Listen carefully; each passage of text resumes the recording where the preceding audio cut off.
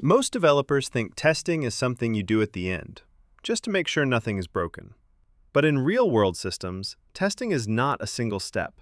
It's a layered safety net that protects your application from failure, performance issues, and even security risks. Because here's the reality. Your code might work perfectly in development, but fail completely in production when real users, real data, and real traffic hit it. So instead of looking at testing as definitions, let's walk through how testing actually happens in a real system, step by step, from the moment code is deployed all the way to making sure it survives real-world conditions. It all starts with something very simple, smoke testing. Imagine you've just deployed a new version of your API. Before doing any deep validation, you just want to confirm that the system is alive. Smoke testing is exactly that, a quick check to ensure nothing is fundamentally broken. You might hit a health endpoint, call a basic API, or check if the service responds at all. For example, if your login API doesn't respond after deployment, there's no point running deeper tests.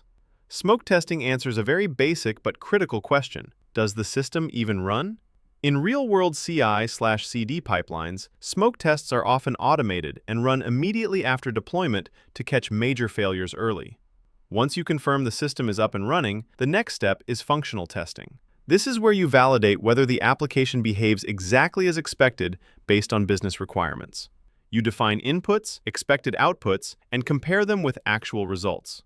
For example, if a user registration API is supposed to create a new user, you test whether the user is actually created, whether all required fields are stored correctly, and whether validations like email format or password strength are enforced.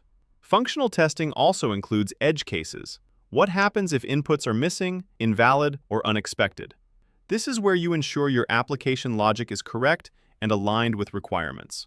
Now, even if individual components work correctly, real-world systems are made of multiple interconnected parts. That's where integration testing becomes critical. Integration testing focuses on how different components interact with each other. For example, when a user places an order, the system might call multiple services: inventory, payment, and notification systems. Even if each of these services works individually, issues can occur when they are connected. Maybe the payment service responds slowly, or the inventory update fails due to a mismatch in data format. Integration testing ensures that data flows correctly between systems and that the entire workflow behaves as expected. This is especially important in microservices architectures, where services are loosely coupled but highly dependent on each other. At this point, your backend logic might be working perfectly, but the user experience could still fail. That's where UI testing comes in. UI testing validates how users interact with your application from a front-end perspective. It ensures that buttons, forms, and navigation work correctly and that they properly communicate with backend APIs. For example, when a user clicks Submit on a sign-up form, does it correctly call the API and display success or error messages? UI testing also checks responsiveness, layout, and usability. In real-world applications, tools automate UI testing by simulating user actions like clicks, typing, and navigation to ensure a seamless experience. Now comes one of the most important questions. Can your system handle real traffic? This is where load testing plays a key role. Load testing simulates expected user traffic to evaluate system performance under normal conditions. For example, if your application is expected to handle 10,000 users per day, load testing simulates that traffic and measures response times, throughput, and system stability. It helps identify bottlenecks, such as slow database queries, inefficient APIs, or resource limitations. Tools like JMeter or Locust are often used to generate realistic traffic patterns. The goal here is not to break the system, but to ensure it performs reliably under expected usage. But real-world systems don't always operate under predictable conditions.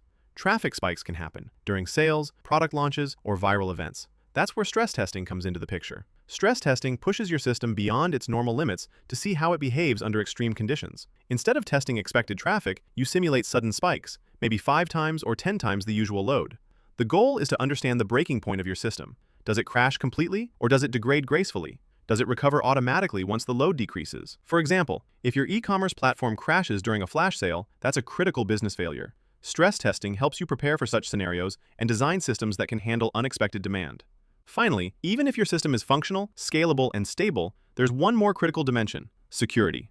Security testing ensures your application is protected against vulnerabilities and malicious attacks.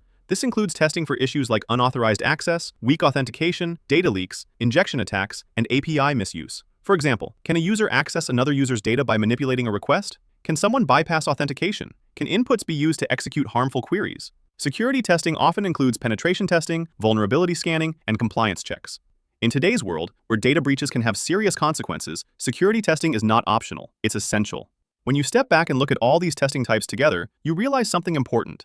Testing is not a single activity, it's a progression. You start by checking if the system is alive. Then you verify if it works correctly.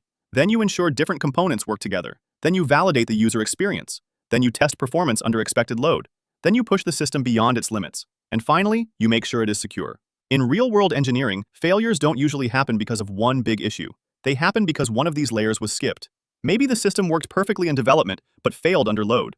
Maybe everything scaled fine, but had a security vulnerability. Or maybe the backend was correct, but the UI didn't handle errors properly. That's why testing is not just about finding bugs. It's about building confidence that your system will work under real-world conditions. And once you start thinking about testing this way, it stops being something you have to do and becomes one of the most important parts of building reliable software.